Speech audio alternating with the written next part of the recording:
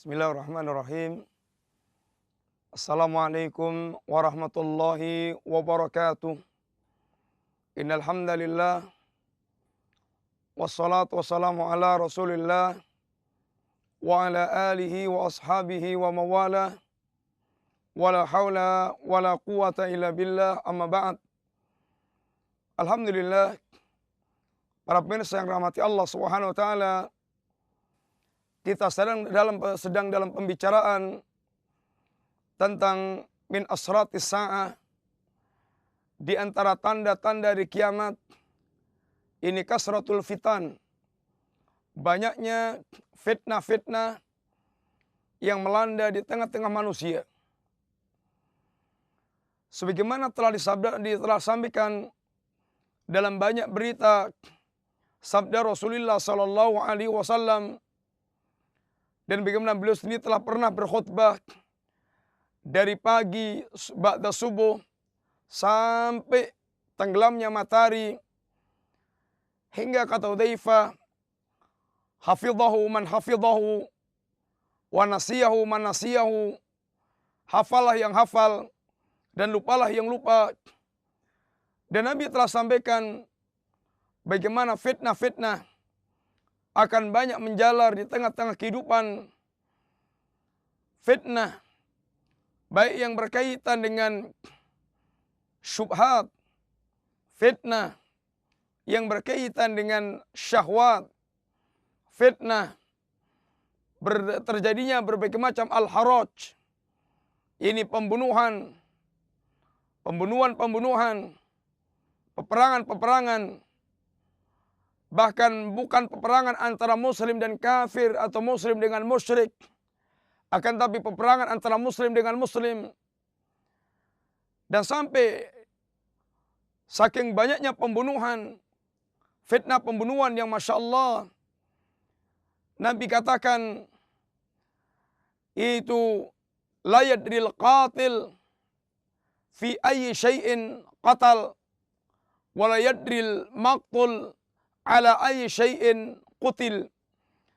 Sampai orang yang membunuh tidak tahu kenapa dia membunuh, atas dasar apa dia membunuh. Dan orang yang dibunuh sampai enggak paham juga kenapa dia dibunuh, sehingga penumpahan darah sangat mudah dan banyak terjadi di mana-mana. Sungguh ini merupakan fitnah yang sangat dahsyat. Selain fitnah-fitnah syahwat yang bersumber dari banyaknya kebodohan-kebodohan yang ada, sehingga banyaknya perzinaan, banyaknya minuman khamr, dan banyaknya berbagai macam kerusakan-kerusakan yang melanda kehidupan. Ini semuanya merupakan bagian fitnah-fitnah yang telah disampaikan Rasulullah SAW. Kejadian besar terbunuhnya Khalifah Umar bin Khattab, yang dia dikenal sebagai kufrul fitan, gemboknya fitnah. Selama masih ada Umar, seakan-akan fitnah ini semuanya terkunci, tergembok. Dia masih terkandangkan. Dan begitu pintu Umar pecah, maka bagaikan tanggul yang jebol, maka mulai kemudian fitnah berhamburan, fitnah bergelombang melanda umat manusia. Dan di antaranya bagaimana fitnah terbunuhnya Khalifah Utsman bin Affan yang sangat dahsyat, fitnah peperangan-peperangan di antara kaum muslimin yang terus berkelanjutan sepanjang waktu, fitnah munculnya khawarij, alul bidah yang sangat kejam, yang sangat dahsyat dalam menumpahkan darah kaum muslimin dalam masalah takfir. Ini semuanya merupakan fitnah-fitnah yang telah disebutkan dan disampaikan Rasulullah sallallahu alaihi wasallam. Kaum muslimin yang rahmati Allah, para pemirsa yang rahmati Allah Subhanahu wa taala, maka sungguh menjaga diri dari fitnah sesuatu yang sangat dibutuhkan Dan ketika Rasulullah sallallahu alaihi wasallam menyampaikan berbagai macam berita-berita fitnah yang sangat dahsyat tersebut, tentu bukan sekedar menakut-nakuti, bukan tujuannya menakut-nakuti kaum muslimin, akan tapi bahkan agar semenjak dini seorang muslim dia mengenal berbagai macam karakter-karakter fitnah yang ada, sehingga bagaimana dia bisa membentengi dirinya, melindungi dirinya dari berbagai macam fitnah-fitnah yang bermunculan. Para pemirsa yang dirahmati Allah Subhanahu wa taala, sehingga Nabi tidak membiarkan umat ini mereka menghadapi masalah tanpa solusi. Bahkan Nabi telah menerangkan bagaimana solusi di tengah banyaknya fitnah-fitnah yang ada. Hadis Hudzaifah bin Yaman ketika bertanya kepada Rasulullah sallallahu alaihi wasallam, yang beliau menanyakan tentang hal-hal keburukan, berbagai macam fitnah-fitnah. Kana nas yas'aluna Rasulullah sallallahu alaihi wasallam 'anil khair wa kuntu as'alu 'anil syarr makhafata ayurrikani. Biasanya orang bertanya kepada Nabi tentang kebaikan-kebaikan. Akan tapi aku, kata Hudzaifah, sering bertanya kepada Nabi tentang keburukan, tentang fitnah-fitnah. Lalu Hudzaifah menyebutkan tentang perjalanan kaum muslimin dari awal sampai seterusnya dengan pertanyaannya, ya Rasulullah, inna kunna fi jahiliyatin wa syarrin faja'ana Allah bihadzal khair. Ya Rasulullah, dulu kami dalam keadaan jahiliyah dan keburukan. Lalu Allah datangkan kebaikan di tengah-tengah kami. Ini datangnya Rasulullah sallallahu alaihi wasallam yang membawa risalah Allah Subhanahu wa taala. Fahal ba'da hadzal khair min syarr? Ya Rasulullah, apakah setelah datangnya kebaikan ini akan datang keburukan? Na'am. Fal ba'da dzalika syarr min khair? Apakah setelah datangnya keburukan akan datang kebaikan lagi ya Rasulullah? Naam. Wa fi dakhanun, akan tapi kebaikan yang keruh, kebaikan yang bercampur dengan kekeruhan. Wa ma dakhanuhu ya Rasulullah? Apa itu dakhannya ya Rasulullah? Nabi katakan, ini qaumun yahduna bi ghairi hadyi wa yastannuna bi ghairi sunnati. Kaum yang mereka berpetunjuk bukan dengan petunjukku, yang mereka menggunakan sunnah bukan dengan sunnahku. Ini munculnya berbagai macam bid'ah. Mereka tidak menjadikan petunjuk Nabi sebagai petunjuk kehidupannya, tidak mengambil sunnah Nabi, tapi mengambil sunnah yang lainnya. Jadi munculnya berbagai macam penyimpangan-penyimpangan yang ada. Dan ini merupakan kekeruan Islam yang telah bercampur dengan berbagai macam kekeruan-kekeruan penyimpangan, bid'ah yang ada. Fahal ba'da dzalikal khair min syarr? Apakah setelah datangnya kebaikan yang bercampur dengan asap, dukhan, kekeruhan, akan muncul ini keburukan lagi ya Rasulullah? Kata Nabi, na'am, du'atun ala abwabi jahannam.